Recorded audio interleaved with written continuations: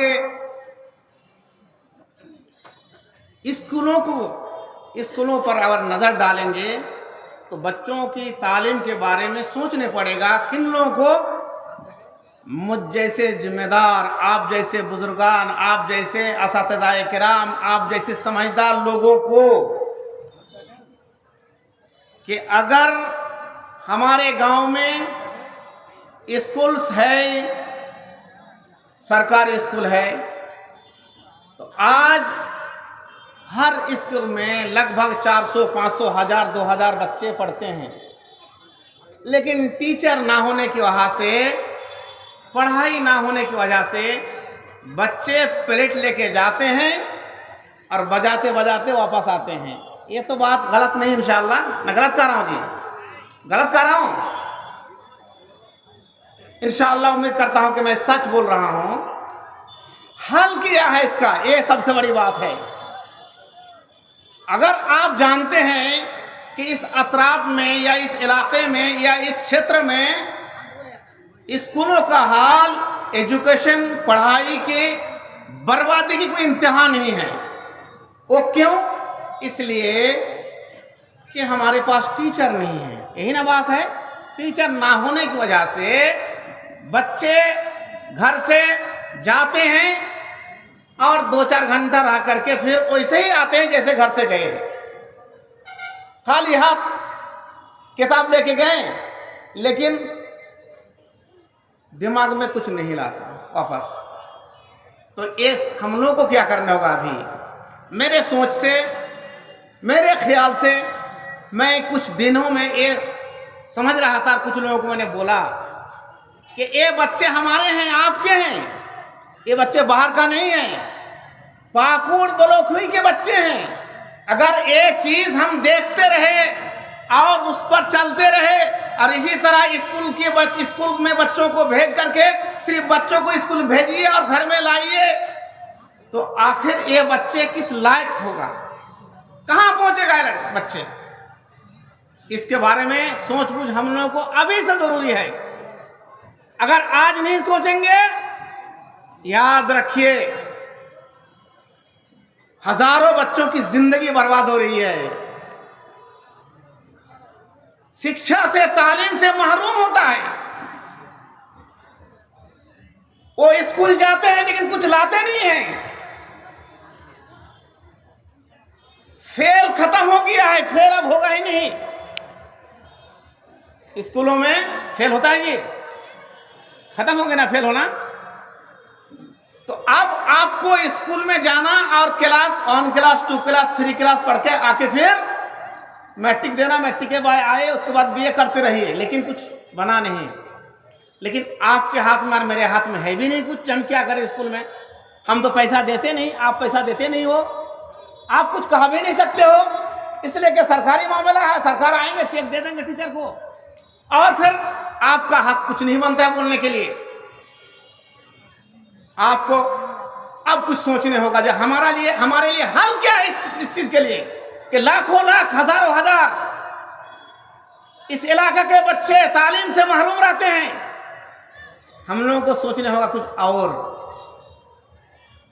अल्लाह का शुक्र है, पाकुड़ वासियों, पाकुड़ क्षेत्र के लोगों और पाकुड़ जिला के लोगों, अल्लाह का शुक्र है, हजार हजार शुक्र है कि आपके हर गांव में मकतब है, जिसको मकतब स्कूल कहते हैं या मस्जिद कहिए, मकतब है। आपके 2-4 गांव के बीच में मदारस हैं, मदरसा बनाया गया है। आप स्कूल में अगर टीचर को नहीं कुछ कह सकते हैं तो अपने बच्चों को मदरसा में भेजिए और मदरसा की तालीम और तरबियत को आगे बढ़ाइए। मदरसा पर नजर रखिए, मदरसा को अच्छे अंदाज से चंदा दे करके, अच्छे मौलवी और अच्छे टीचर रख करके जो तालीम आप स्कूलों में भेजते थे बच्चों को हासिल करने के लिए, वो तालीम आप स्कूलों में दीजिए, न मदरसों में दीजिए। आप वो तालीम जनरल लाइन असरी तालीम के लिए आप स्कूल भेजते थे। मैं तो चाहूंगा कि ये जितनी ही जल्दी हो पाकुड़ के लोगों और अपने हमारे तमाम साहिबगंज के लोगों, मैं 2 जिला को मैं एक खास करके कहना चाहता हूं कि जितनी ही जल्दी हो आप लोग, हर गांव में मदरसा है, हर गांव में मस्जिद है, हर गांव में मदरसा है, इन मदारिस को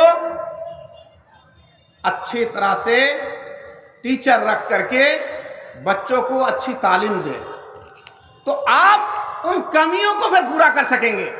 लेकिन जरूरी है हमारे इस अतराफ के टीचर के, अच्छे टीचर की, इस अतराफ के मदारिस को अच्छे तरह से चंदा दे करके उन तमाम मदारिस को आगे बढ़ाइए, तभी ये हल होगा और तभी आपके बच्चे कामयाब होंगे। वरना आप सोचते रहिएगा कि मेरे बच्चे स्कूल जाते हैं और जाके कुछ पढ़ के आते हैं, ये होगा नहीं, होगा नहीं। अब मुश्किल है इस वक्त जो हाल हमारे क्षेत्र का है तालीम का। इसलिए मैं एक आप लोगों से मुअद्दबाना गुजारिश, अपील है कि इस बात को हर मदारिस के जिम्मेदार सोचें, हर गांव के लोग, लिखे पढ़े लोग सोचें, हर मदरसे के सेक्रेटरी और मेंबर सोचें कि आजकल अगर हमारे स्कूलों का हाल ये है तो हम लोगों को गांव के बच्चों को बचाने के लिए, इस इलाके के बच्चों को अच्छी तरह पढ़ाने के लिए क्या व्यवस्था या क्या इंतज़ाम करने होगा, तो इंशाअल्लाह हमारे इस क्षेत्र के बच्चे को कुछ रोशनी मिलेगी। आज आप देख रहे हैं, अगर आज यहीं से अगर इस कॉन्फ्रेंस की जगह से अगर चारों तरफ नजर दौड़ेगा तो अल्लाह का शुक्र है, बढ़े से लेकर के, बोरियो से लेकर के, हिरनपुर से लेके, जीतपुर से लेकर के, इस्लामपुर, हिरनपुर और बड़तला से लेकर के, और जिगोरहट्टी से लेकर राजग्राम तरफ से लेकर के, इधर फरक्का से लेकर के, राजमहल से लेकर के बढ़े तक कोई ऐसी जगह नहीं है जहां स्कूल और कॉलेज और मदरसा नहीं बना है। यहां तक बच्चों के मदरसा के साथ साथ अल्लाह का लाख लाख शुक्र है कि हर जगह लड़कियों की तालीम के लिए, बच्चियों की तालीम के लिए, शिक्षा के लिए बड़ा बड़ा मदरसा बनाया गया है। और अल्लाह का शुक्र मनाइए कि हर मदरसे में जो भी मदरसतुल बिनात है उसमें 400-500 बच्चे हॉस्टल, बच्चियां हॉस्टल में हैं। अब मैं यही कहना चाहता हूं, मदरसा बना हुआ है, बच्चे आपका मौजूद है, आप लोगों को नजर चाहिए, ख्याल करना चाहिए कि मदरसा में कैसे आप अच्छे इंतजाम करके आप क्या कीजिए, पढ़ाइए, लिखाइए, मदरसा का कानून व्यवस्था अच्छा कीजिए और बच्चों को अच्छी तरह पढ़ाइए। तब इंशाअल्लाह हमारा जो हम लोगों की जो कमी है वो कमी इंशाअल्लाह पूरी होगी और आप खुश रहेंगे। हमारा इलाका आइंदा के लिए एक बेहतरीन इलाका, बेहतरीन ज़िला बनेगा, वरना हम लोग को अफसोस करने पड़ेगा। वमा अलैना बलाग। अस्सलाम वालेकुम वरहमतुल्लाहि व बरकातुहू। चलिए भाई, क्या हो गया? जज़ाकल्लाहु खैरन, अहसनुल जज़ा। ये थे हमारे नाज़िम सूबाई जमीयत अहले हदीस।